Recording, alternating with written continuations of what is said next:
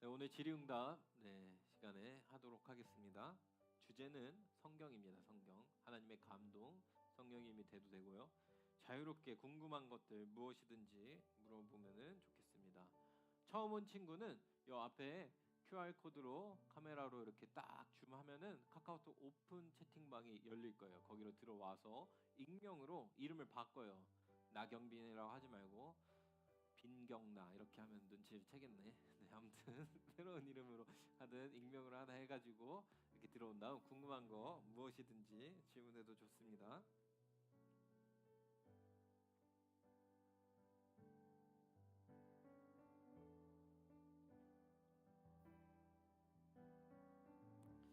우리는 말씀을 계속해서 읽는 습관을 들여야 돼요. 네, 하나님의 뜻이 분명하게 기록되었기 때문에 우리가 예배를 통해서 설교를 통해서도 우리가 하나님의 말씀을 알기도 하지만 더 중요한 것은 하나님이 직접 말씀하신 경우가 많습니다. 성령님을 통하여. 근데 그것을 듣기 위해서는 여러분이 직접 성경을 읽어야 돼요. 여러분에게 하시는 주님의 마음, 주님의 뜻 이것들을 깨닫기 위해서는 말씀을 직접 읽어야 됩니다, 여러분.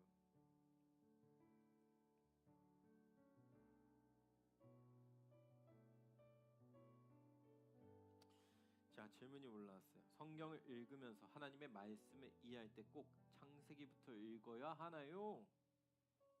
그렇진 않아요. 그렇진 않습니다. 꼭 성경을 읽을 때 창세기부터 읽지 않아도 되고요. 목사님 그거 어디서부터 읽죠? 이래도 돼요. 제비뽑기 해도 돼요. 구약을 신약을 먼저 읽을까 구약을 읽을까 제비 두 개를 먼저 뽑아. 구약이네. 그리고 1번부터 뭐 구약이 이제 한 30 몇 개까지 있거든요. 숫자를 다 부여하고 창세기는 1번이라 출애굽기 2번이라 생각하고 또 뽑아요. 그리고 그 장을 읽어도 돼요. 이 방식도 괜찮고요. 랜덤으로 읽어도 되고. 두 번째는 난 복음서부터 쉬운 거부터 읽을래요, 목사님. 저는 그 예수님이 누구신지에 대해서 알고 싶어요. 그러면은 누가복음, 마가복음, 마태복음, 사복음서를 먼저 읽는 것도 추천하는데 요한복음은 좀 어려워요. 요한복음은 조금 나중에 읽고 무슨 말인지 이해가 안 가네 하는 것도 있을 수 있어요. 요한복음은. 그래서 마가복음 정도 추천해요. 마가복음 짧고 마가복음 먼저 사복음서 읽어도 좋고. 세 번째 친구, 저는 사복음서 예전에 많이 읽었어요. 그래서 많이 알아요. 저 딴 거 읽고 싶어요. 그러면은 창세기부터 읽는데 창세기부터 출애굽기까지가 역사예요. 역사가 많아요. 역사에 많으니까 전 역사에 관심이 많아요. 어릴 때부터 역사 만화책 많이 봤어요. 친구들은 역사서라고 생각되는 부분을 읽어도 좋습니다. 그러니까 순서는 상관이 없어요. 어떻게 읽든. 하지만 계속해서 읽어요. 저는 단편 시 이런 게 좋아요. 영화를 봐도 드라마 싫고요. 그 뭐 짤막짤막하게 1화 끝나고 막 드라마인데 막 그런 거 있잖아요. 그 뭐죠? 그런 거 있잖아요. 아무튼 그런 거 봤는데 아무튼 저는 짤막짤막 끝나는 게 좋아요. 그런 친구들은 시편과 잠언을 보세요. 저는 하나님을 찬양하고 뭐 이런 것들 보고 싶어요. 시편과 잠언을 보면은 짤막짤막하게 계속 있습니다. 그러니까 여러분 다양하게 어떤 방식이든지 지금은 성경 말씀을 읽길 권하고 이런 때가 올 거예요. 성경 말씀 꿀보다 달다. 정말 하나님 말씀이 정말 놀랍고 정말 재밌구나라는 때가 올 거예요. 진지하게 계속해서 왜 이렇게 오늘 질문 많아? 답장 여기까지 답변하도록 하겠습니다. 순서는 크게 중요하지 않아요. 무슨 말인지 이해가죠? 하지만 나는 성경을 통독을 하면서 쫙 흐름 한번 쫙 봐야겠다 하면은 쫙 한번 창세기부터 보는 것도 적극 추천합니다. 모든 방법이 다 좋아요. 다 좋으니까 다 하세요. 뭐든지 좋습니다. 어디가 제일 어려워요? 이 관점에 따라 달라요. 어디가 제일 근데 가장 항상 어렵다고 얘기하는 거는 항상 첫 번째는 예언서는 다니엘 그리고 이사야.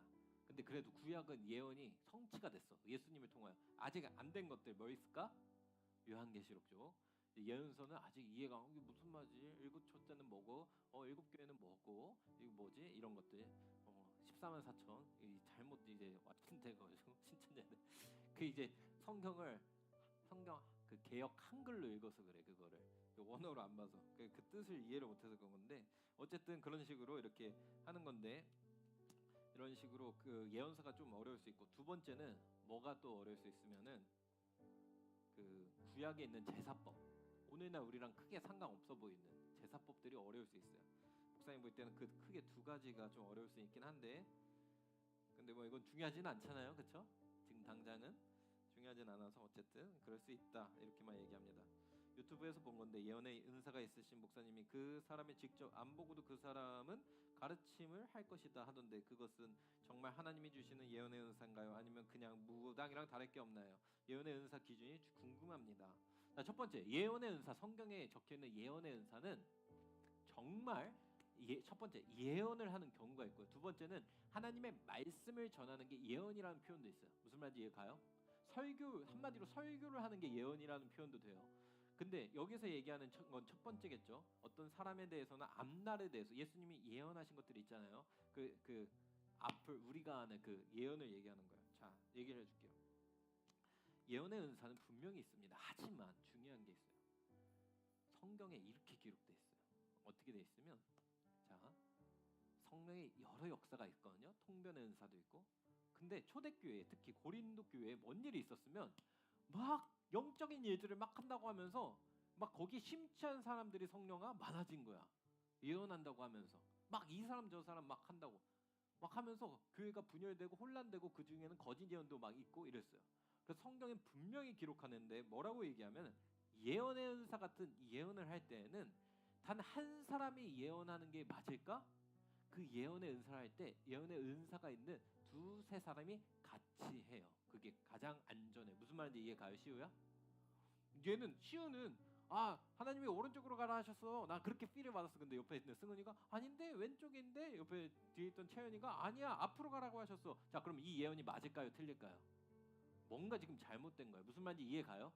성령의 은사는 공동체, 하나님의 역사, 성령의 역사는 단 한 사람, 경빈이한테만 주실까 아니면은 함께 주실까?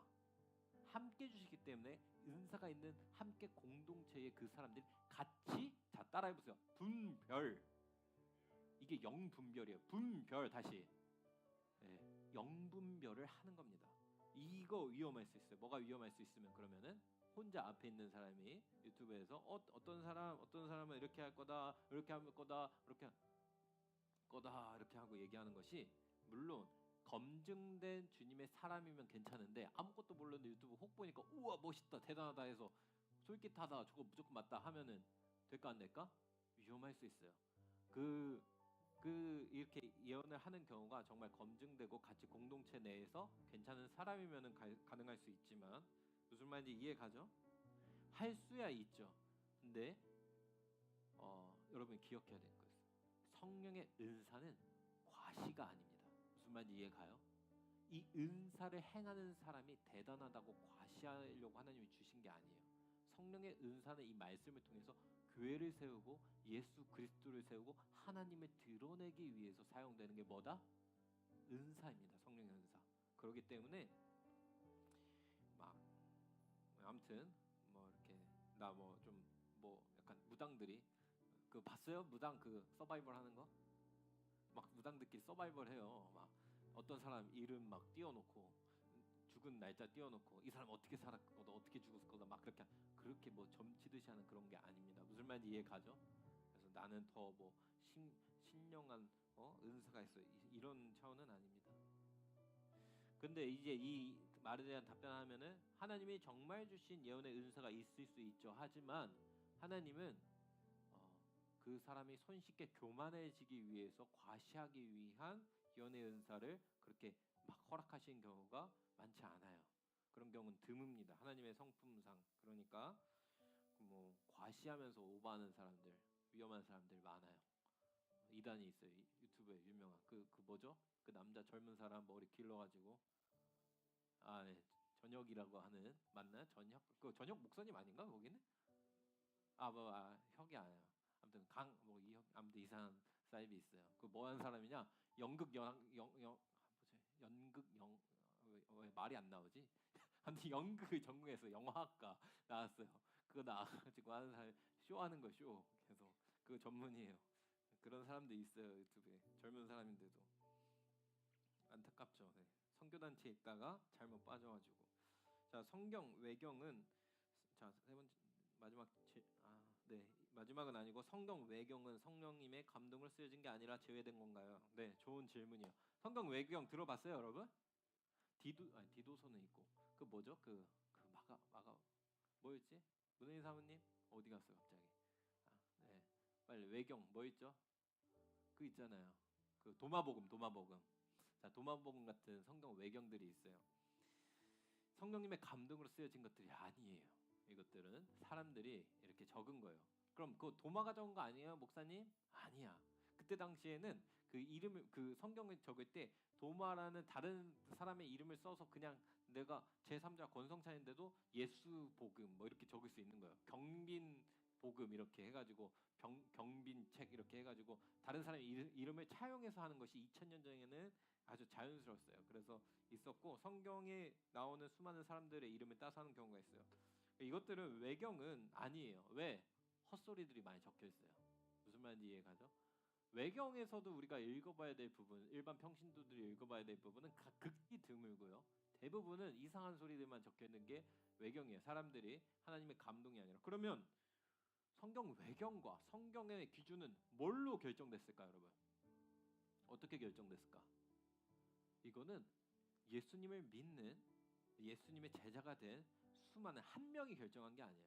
수많은 지금으로 따지면 목회자들이 모여서 예수 그리스도가 누구신지에 대해서 예수님이 누구신지에 대해서 분명한 결론이 내리고 그 이후에서 그 수많은 이제 서적들 다 자료들을 보면서 아 이거는 하나님의 말씀과 상관없는 말들이 이거 아니고 하면서 이것들이 계속해서 이걸 정경화라고 해요. 성경을 정경화한다는데 이 정경화 작업이 계속 이루어졌어요. 하나님의 말씀 가운데에서 그러면서 계속해서 정경화 작업을 통해서 분별하고 하면서 이상한 것들 다 쳐내고 나서 된 거예요. 무슨 말인지 이해가죠? 그러니까 외경 중에는 뭐 그냥 사람이 쓴 것들이 많아서 이상한 소리들도 많아요. 그래서 목사님 친구 중엔 도마복음 믿는 친구 있었어. 도마복음. 아 자체적으로 이단을 만들어냈어. 어쨌든 그런 경우도 있습니다. 그래서 외경은 절대 성령님의 감동이 아니니까 네, 조심하고요. 네, 여기까지만 하겠습니다. 오늘은 질의응답